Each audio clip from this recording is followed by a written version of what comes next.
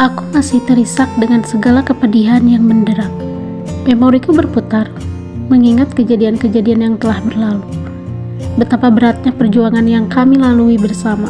Meskipun sebagian keluarga besar Mas Agam menganggap aku adalah orang yang sangat beruntung mendapatkannya, yang sudah menjadi PNS, tetapi mereka tidak pernah tahu bahwa berjalannya roda ekonomi kami ada jerih payahku di dalamnya. Mbak Nia pasti seneng, ya, punya suami seperti Mas Agam. Gajinya sebulan 5 jutaan kan? Belum lagi sertifikasinya yang keluar 3 bulan sekali. Wah, kalau aku sih bakal gonta-ganti gelang sama kalung, Mbak. Teringat kata-kata Dina, adik sepupu Mas Agam yang suka berpenampilan mewah kala itu. Aku hanya tersenyum menanggapi pernyataannya. Tak kubantah maupun mengiyakan. Sekali lagi, karena menjaga marwah suami, andai mengatakan yang sebenarnya pun, akankah mereka percaya dengan ceritaku yang harus ikut serta membanting tulang demi memenuhi kebutuhan keluarga? Mengingat sosok Mas Agam begitu disanjung akan kebaikan dan sikap peduli terhadap sanak keluarganya, dada ini terasa semakin sesak. Namun, aku segera menguasai diri. Aku harus mencari tahu kemana uang Mas Agam yang selama ini ia sembunyikan. Pada siapa ia berikan? Dan aku tidak bisa menghadapi ini semua dengan emosi karena akan berakibat fatal. Lagi-lagi omongan keluarganya yang aku takutkan. Jujur, selama ini orang tua serta kakak perempuan satu-satunya Mas Agam sering mengeluarkan kalimat yang sedikit menggores relung hati ini. Namun, tidak pernah sekalipun mulut ini membalas ucapan mereka karena takut. Bagaimanapun, mereka semua adalah orang tua yang harus kuhormati.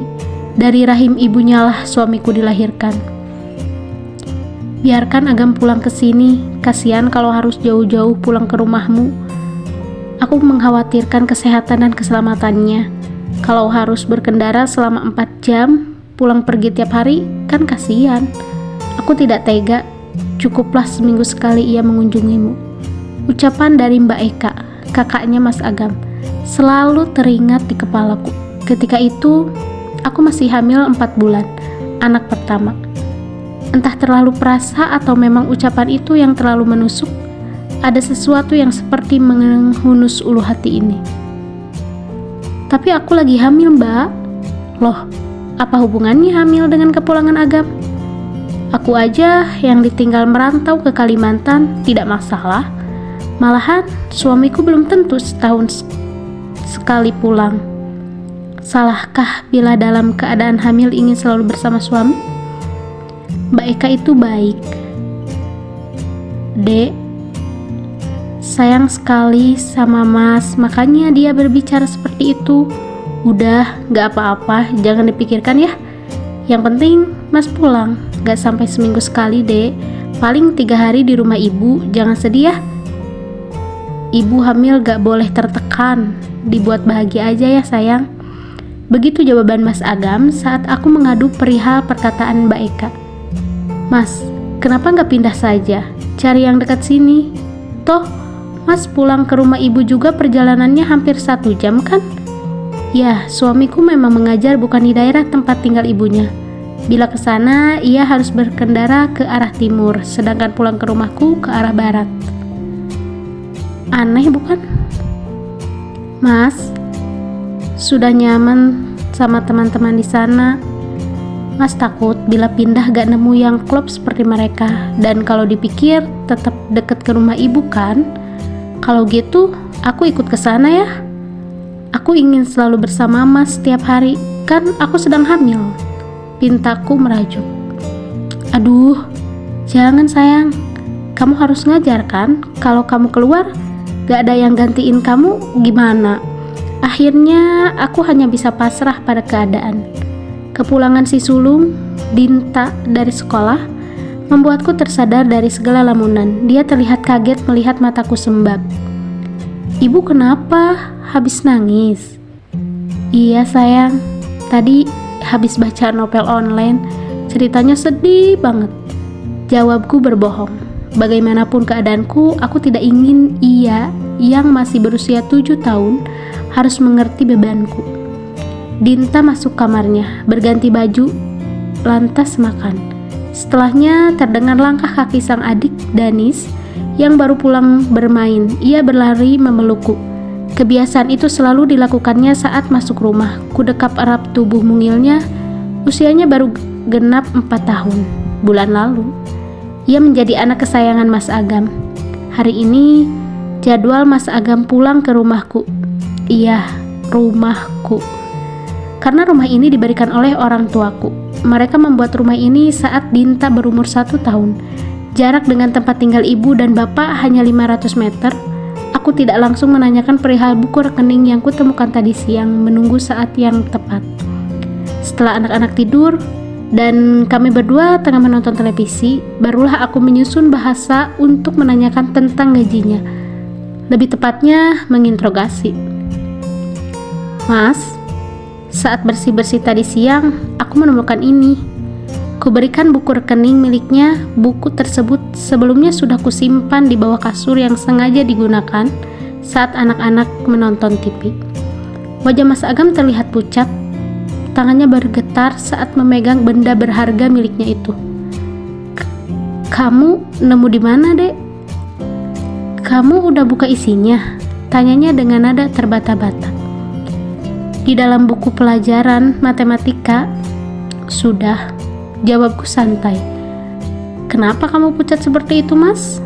Apa karena isi buku itu berbeda dengan yang kamu ceritakan padaku? Tanyaku kemudian sembari menatap tajam matanya. Tega kamu, Mas. Aku seperti kamu paksa untuk berjuang sendiri demi menghidupi keluarga kita. Sekarang aku tanya, kemana uang kamu yang lain? Ia diam, tidak menjawab. Dengan kepala tertunduk, ia memainkan kuku-kukunya. Aku kasihkan sama ibu, Dek, sahutnya dengan lirih setelah sekian lama diam. Kuhembuskan napas dengan kasar lalu mencoba menetralisir gemuruh dalam dada dengan menarik napas kembali secara pelan-pelan. Sebagian uang sertifikasi juga. Ia mengangguk. Begini, Dek, kan Mas menjadi seorang PNS karena jasa ibu. Kamu dapat senengnya, Dek. Ibu yang telah berjuang agar Mas bisa sekolah hingga sampai di titik ini. Kamu harus terima dong. Jangan egois begitulah. Kamu seharusnya bersyukur dapat laki-laki mapan kayak aku. Hidupmu terjamin. Jelasnya terdengar agak ketus. Apa? Beruntung. Karena hidupku terjamin. Kalau hidupku terjamin, seharusnya aku tak perlu susah payah jualan ini itu dong, Mas. Sudah nasib kamu lah. Coba kamu kayak aku jadi abdi negara juga. Kamu gak perlu ngemis nafkah gitu sama aku. Kalau kamu harus susah payah jualan, yaitu karena gajimu kecil. Bahkan aku gak tahu kamu ngajar dapat gaji apa tidak. Netra ini tiba-tiba memanas. Suamiku yang selalu bertutur kata lembut, kata-katanya sungguh tajam bagai belati malam ini. Mas, seorang istri wajib kamu nafkahi. Uang suami berarti uang istri, sedangkan uang istri bukan uang suami. Aku tidak melarangmu memberi uang sama ibu. Tapi, tolonglah, lihat dulu keadaan aku. Sementara ibu hidup berkecukupan, bahkan berlebihan. Memangnya kamu tidak bisa menukar nominal uang yang diberikan pada ibu itu untukku? Karena aku lebih membutuhkan itu, Mas. Lalu, uang sertifikasi yang separuh kemana? Buat ibu juga lah. Terserah aku dong. Itu uangku. Kenapa kamu yang sewot? Itu kalau kamu masih mau jadi istriku, kamu harus nurut. Selepas bicara itu, dia bangkit masuk kamar untuk mengambil jaket. Lalu keluar dan terdengar ia pergi mengendarai motornya. Kulihat tas dan helm tidak ada di meja kerja. Sepertinya ia pergi ke rumah orang tuanya.